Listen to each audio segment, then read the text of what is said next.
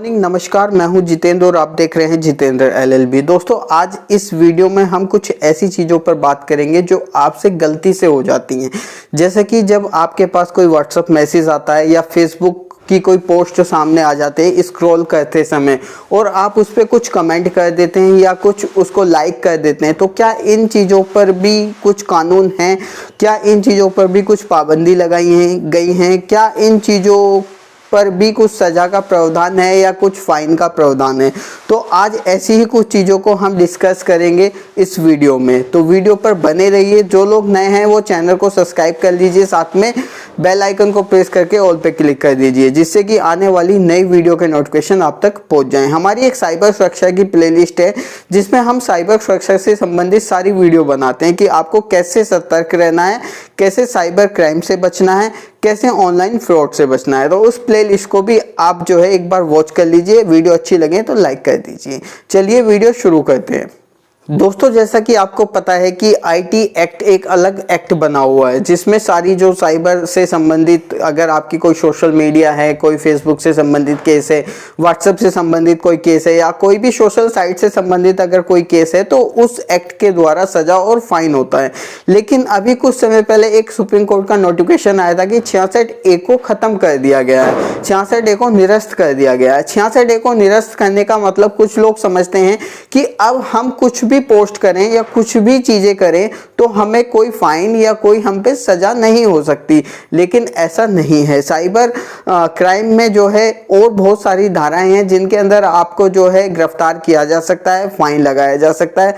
तो उन्हीं चीजों पर सब पर हम बात करने वाले हैं। पहले हम कवर करते हैं कि अगर आप किसी फर्जी अकाउंट को बनाते हैं, फर्जी अकाउंट मतलब किसी का नाम यूज कर लेते हैं या किसी का फोटो यूज कर लेते हैं, किसी की आइडेंटिटी यूज कर लेते हैं, तो आपको जो है 66 यानी कि 66C के तहत जो है 3 साल तक की सजा का प्रावधान है और बाकी फाइन भी लगाया जा सकता है। अगर आप किसी के अकाउंट के साथ छेड़खानी करते हैं, आपका कोई भी अकाउंट है, या ट्विटर अकाउंट हो या फेसबुक अकाउंट हो या कोई भी सोशल मीडिया से संबंधित कोई भी अकाउंट है, अगर आप उस अकाउंट के साथ कोई भी छेड़खानी करते हैं तो आपको जो है फाइन लग सकता है, आपको सजा हो सकती है। तो ये बात आपको ध्यान देने वाली बात है कि आपको किसी के भी नाम का यूज नहीं करना है, किसी के भी नाम से फर्जी अकाउंट नहीं बनाना है। अब कुछ लोग कहेंगे कि मेरा नाम अमित है, मेरे पड़ोसी का नाम भी अमित है, तो मैं तो अमित के अपने ही नाम से बनाऊंगा ना आईडी।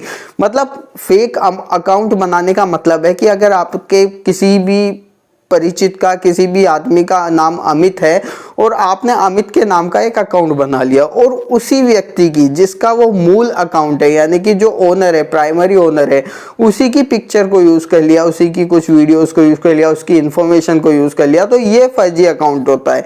फर्जी अकाउंट का मतलब ये नहीं है कि आपका भी नाम अमित है और आपके पड़ोसी का भी नाम अमित है तो आप अमित के नाम का अकाउंट नहीं बना सकते। बिल्कुल बना सकते हैं, लेकिन जो प्राइमरी होल्डर है, जिसका आप अकाउंट बना रहे हैं जिस नाम से, उसका अगर कोई और अकाउंट है, उस नाम से कुछ दूसरे अकाउंट भी हो सकते हैं, 10, 20, 50 अकाउंट हो सकते हैं, उनमें से आपको किसी की भी पिक्चर को, वीडियोस को, इंफॉर्मेशन को यूज नहीं करना है।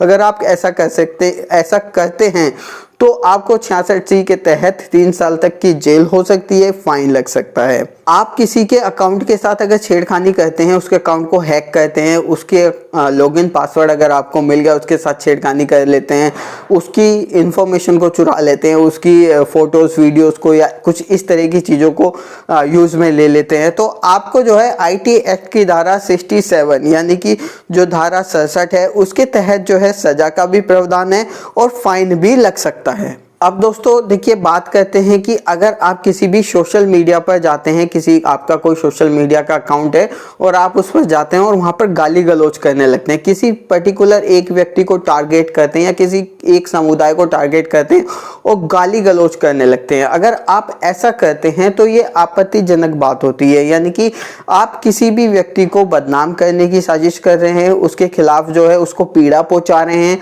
उसको जो है एक पेनफुल ये चीज़ें होती हैं, इनके लिए भी अलग से एक धारा है 294 यानी कि 294 जो धारा है उसके तहत आपको 3 महीने तक की सज़ा का प्रावधान है और फाइन भी लगाया जा सकता है।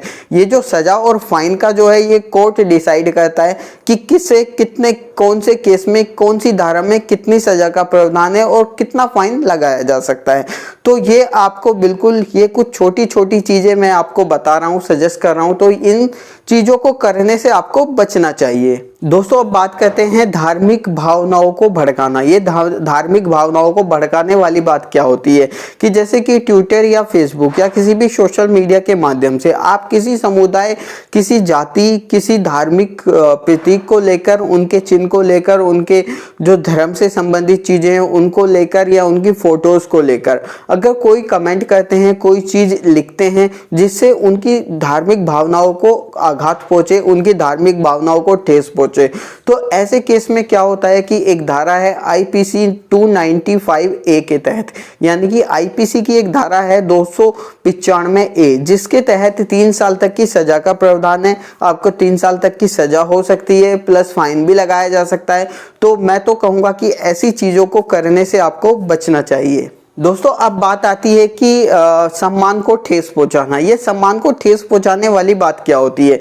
देखिए, जब हम किसी भी सोशल मीडिया के माध्यम से किसी व्यक्ति को टारगेट कर लेते हैं या किसी पर्टिकुलर एक ऐसे समाज को टारगेट कर लेते हैं और उसके सम्मान को हम ठेस पहुंचाते हैं। सम्मान को ठेस पहुंचाने का मतलब कि उसकी छवि को खराब करना चाहते हैं, समाज में छवि को खराब कर देते हैं। अगर कोई ऐसा व्यक्ति कुछ कमेंट करता है या कुछ ऐसी पोस्ट लिखता है जिससे किसी पर्टिकुलर व्यक्ति को टारगेट किया गया हो और उसकी समाज में छवि को खराब किया गया हो, या किसी के बारे में कुछ ऐसा लिखना कि ये चोर है, ये डकैत है, इसने ये किया है, या ये जो है इस तरह का पेशा करती है, किसी महिला के बारे में ऐसा लिखना, तो ये जो है मानहानि एक्ट के तहत जो है मुकदमा दर्ज हो सकता है। मानहानि एक्ट क्या होता है? इसकी जो धारा होती है 499 यानी कि 499 और 500 दो धाराएं होती हैं मानहानि के केस में। इनके तहत जो है मुकदमा दर्ज किया जा सकता है।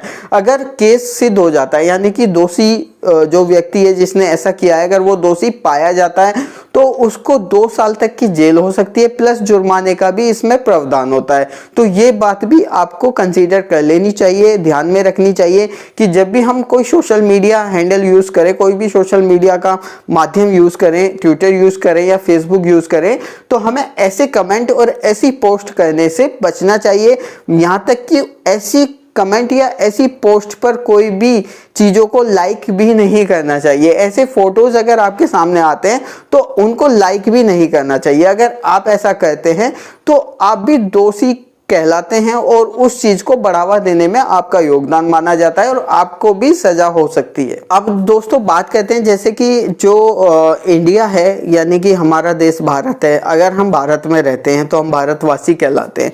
यानी कि अगर भारतवासी कोई भी भारत के खिलाफ पोस्ट करता है, कोई ऐसी चीज लिखता है या कुछ ऐसा कमेंट करता है या ऐसी पिक्चर को पोस्ट कर देता है सोशल मीडिया पर जिससे जो है भारत की अखंडता और एकता को क्षति पहुंचती हो, यानी कि वो खत्म हो रही हो, जिससे देश को खतरा हो, देश की अखंडता को खतरा हो, इस प्रकार के व्यक्ति को जो है आईपीसी की धारा है 124A यानी कि आईपीसी की धारा 124A के तहत जो है उस पर मुकदमा दर्ज किया जाता है और इस में जो सजा का प्रावधान है, इस धारा के तहत जो सजा का प्रावधान है वो उम्र कैद तक हो सकता है।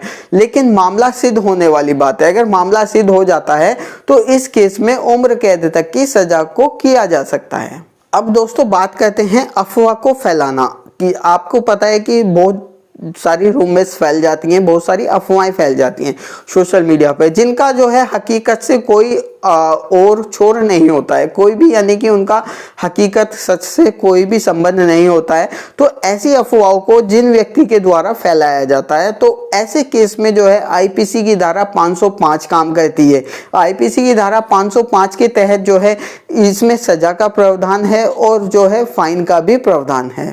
अब दोस्तों बात करते हैं कि हमें कमेंट करने से पहले क्या, या कोई भी पोस्ट करने से पहले क्या सावधानी बरतनी चाहिए। अगर कोई हमारे सामने स्क्रॉल करते समय कोई भी पोस्ट आती है तो हमें पहले देखना चाहिए कि इस पोस्ट का क्या मतलब है, क्या ये सही है, क्या ये गलत है, क्या ये फेक हो सकती है, इसमें कितनी सच्चाई है। ये सारी चीज़ों को अगर आप ध्यान रख के कोई भी कमेंट करेंगे या पोस्ट को लाइक करेंगे तो आप इन चीज़ों से बच सकते हैं। अगर कोई भी ऐसी चीज़ है जो आपके मतलब की नहीं है और आपको लग रहा है कि ये गलत है, इस तरह की चीज़ें कभी नहीं हो सकती हैं, तो ऐसी पोस्ट को और ऐसे कमेंट को लाइक करने से आपको बचना चाहिए। ऐसी किसी भी पोस्ट के माध्यम से कोई भी कमेंट अपने द्वारा नहीं करना चाहिए। किसी भी चीज को जो आपत्तिजनक हो और आपको गलत लग रही हो तो आपको बिल्कुल उससे दूर हट जाना चाहिए। उस कमेंट, पोस्ट या लाइक पर कोई भी आपको रेस्पॉन्स नहीं देना है। तो ये सारी चीजें आपको ध्यान में रखनी है, तो आप इन चीजों से बच सकते हैं। ये वीडियो आपको कैसी लगी कमेंट बॉक्स में कमेंट करके बताइए, और वीडियो देखने के लिए आपका बहुत बहुत धन्यवाद।